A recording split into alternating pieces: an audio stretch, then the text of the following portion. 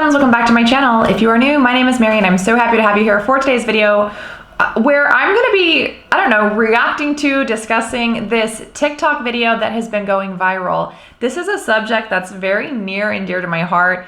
It was, this video was released, it was recorded by this married man, and he was talking about female friendships.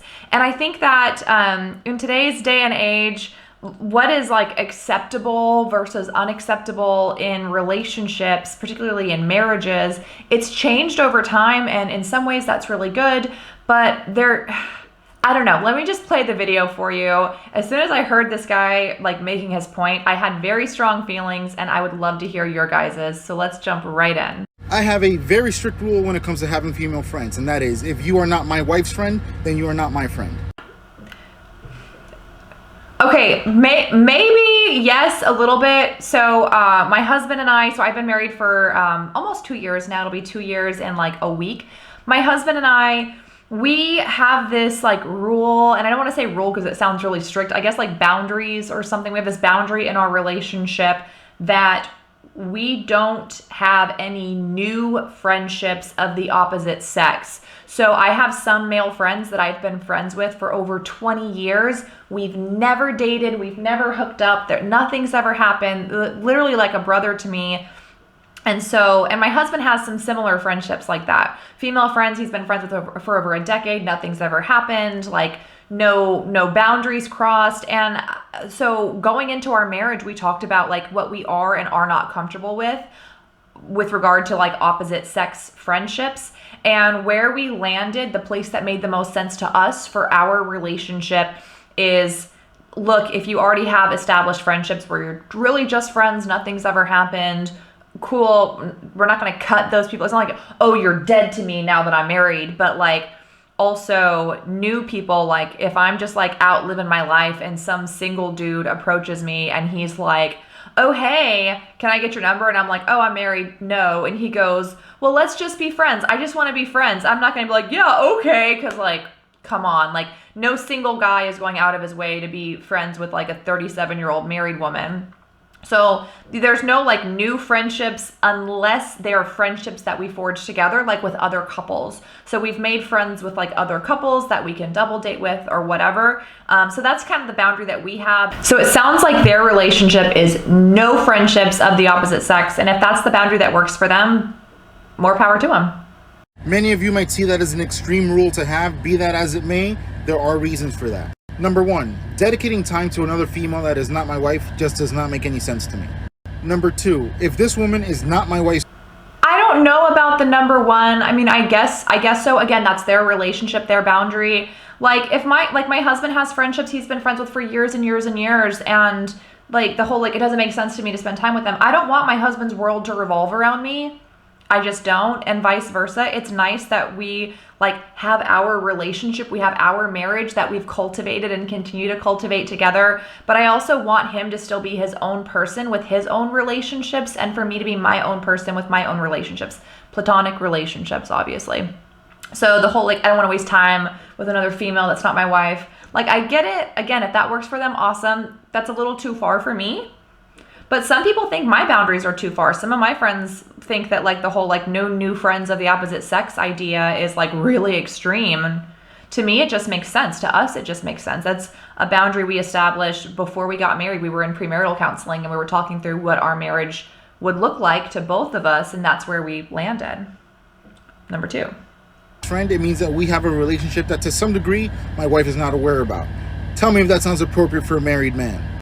Number three, how is your wife not aware of the relationship? If you tell her about it, if you tell her the kind of conversations you have, if you're honest and transparent, again, I have male friends, my husband has female friends. We've all met, but he has awesome female friends. A lot of his female friends that he had going into our relationship, I've stolen, and now we're closer friends than they are.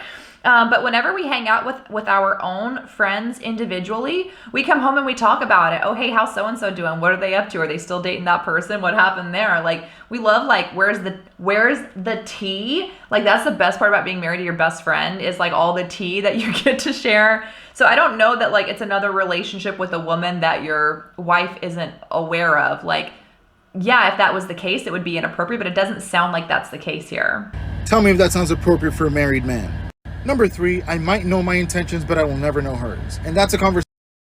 Yes. Yes to number 3. Let me tell you, and I'm not like, I'm a like women support women kind of gal, but let me tell you, there are some trifling ass women out there. I've seen them, I've known them, you've known them, women who see what you have. So I used to make the mistake of broadcasting everything my boyfriend or my partner or my this or my that did for me years and years ago. I'd be like, oh my God, he got me flowers. Oh, he opens every door. Oh, he's so amazing. Oh, he's so this, he's so that. He pays my phone bill. He put rims on my car, true story, like all these things. Oh my God.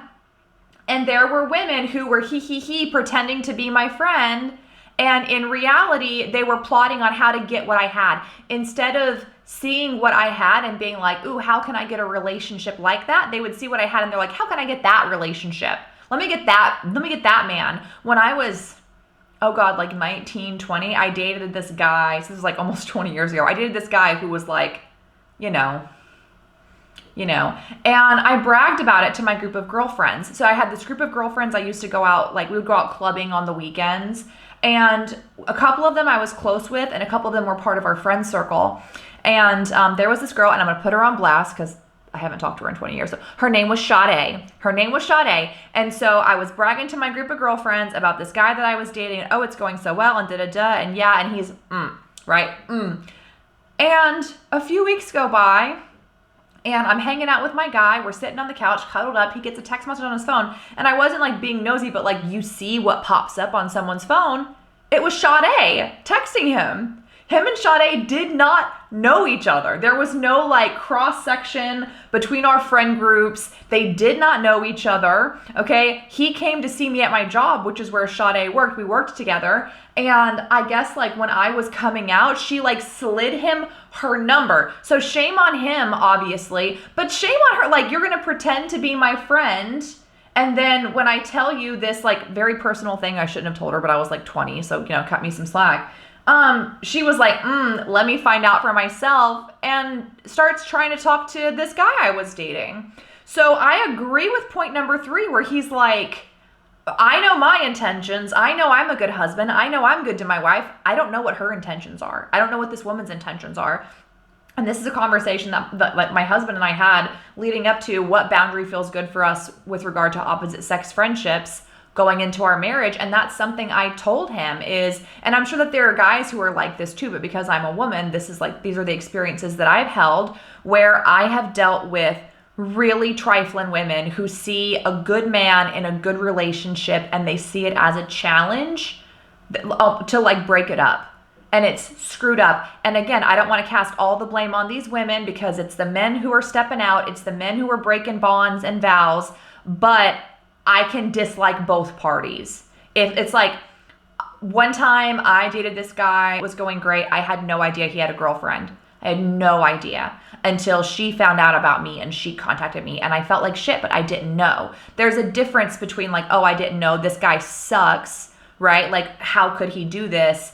And ooh, let me see if I can break them up. Like, that to me is just evil. Like, that's just evil. So agree with his point. You don't know what the other person's intentions are, and that alone maybe is a good reason to not be friends with the random guy on the street who's like, we can be friends, can't we? No, we can't. I got enough friends. That I would love to avoid. And number 4, let's assume that everything is innocent, nobody catches any feelings, and my wife is okay with it. People still talk. One thing you will not catch me out here doing is putting my wife in embarrassing situations.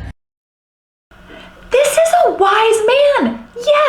Yes, people still talk. It doesn't matter. It doesn't matter if she has no ill intentions, neither do you. You guys are just friends. People still talk. If you have a close friendship with someone of the opposite sex, okay, and for me personally, I'm a very friendly person, and I'm also sarcastic and like to talk shit a little bit, right? Okay, brown shoes, like whatever you say.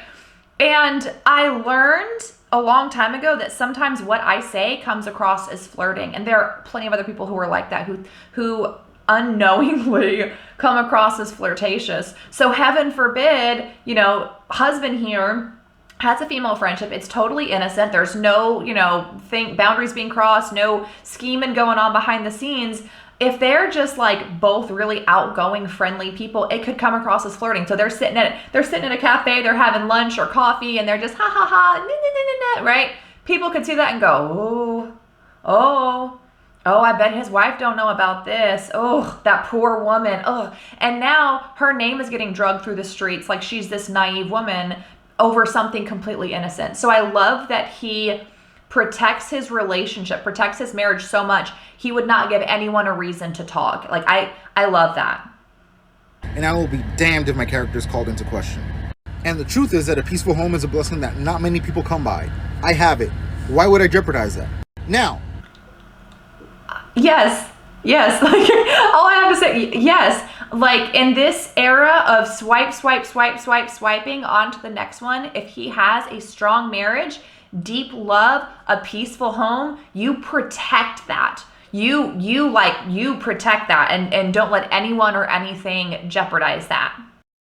If you are a mutual friend, then you are welcome in my home and we will treat you like family. However, if my wife does not know you, neither do I. My brother. Okay, I think that's fair. And that kind of goes back to what I talked to earlier. I don't think that Derek, my husband, has a single female friend that I do not know. Like, I wouldn't say that I'm friends with all of them, but he does not have a single female friend that I have not met, vetted in a way like, okay, cool. Like, there's no women in his life, single, married, or otherwise, that I haven't met and don't know. So I guess this is similar to what we have going on. We are grown men, and it's about time that we start acting like it. Yes. I feel like the idea of marriage has gotten so skewed. We've gotten so focused on the wedding and on the pretty pictures for Instagram and everything else that a lot of us forget about a marriage and how you cultivate and strengthen a marriage so it can last an entire lifetime, and all the value that comes from having that deep of a relationship that lasts an entire lifetime. So I feel like there are a lot of little boys and little girls running around getting hitched because they haven't thought through how much work it is. Let me tell you, my parents were married for 35 years. They were not perfect people. They were imperfect people, but they were married for 35 years before my dad passed away. And when my dad passed away, my mom, I can't even imagine what she went through because she lost her best friend and her life partner. And they had a lot of rules, a lot of boundaries that at the time when I was young and naive, I thought they were stupid and controlling and codependent. Like, they would never go to a bar or nightclub without each other. They wouldn't. Now, my husband and I don't have a similar rule. In fact, if he wants to go out and grab a drink with his friends, I'm like, yes, go. I will take the night to myself. I'll read. I'll do a face mask. It'll be glorious. Just like, yeah, go. So that's not a boundary for us. We trust each other. There are other boundaries we have, like no strip clubs without each other or otherwise. Like, that's a hard boundary for me. For some people, it's not. But my parents had a really hard boundary of no nightclubs, no bars, because gosh, like 80-90% of the people that are in there, I'm making up statistics, I know, but a lot of people who are in there are single and they're looking to meet, they're looking to buy drinks, dance, maybe exchange numbers, maybe get a little frisky, right? And do married people really have any business going to a bar by themselves without their spouse? And in my parents' the answer was no. Right. And so again, that's not a boundary I would stick to, but it's a boundary that really worked for them. And I think because they had such strong boundaries, they were able to protect their relationship. Your marriage is something that you should protect fiercely. There are always going to be reasons or people or things popping up that could come between you guys. And it's up to you guys, both of you together as a team, to protect your relationship from these outside sources, these outside infiltrators. So I love this guy's message. I hope it gets through to people. I hope it is getting through to people, but I'd love to hear your thoughts. Are the boundaries that he has, or that myself and my husband have, or that my parents had, do you think they're too extreme? Do you think they're controlling, or do you think that they really help with growing a relationship? Everyone has different perspectives, and I'd love to hear yours in the comments below. Bye, friends.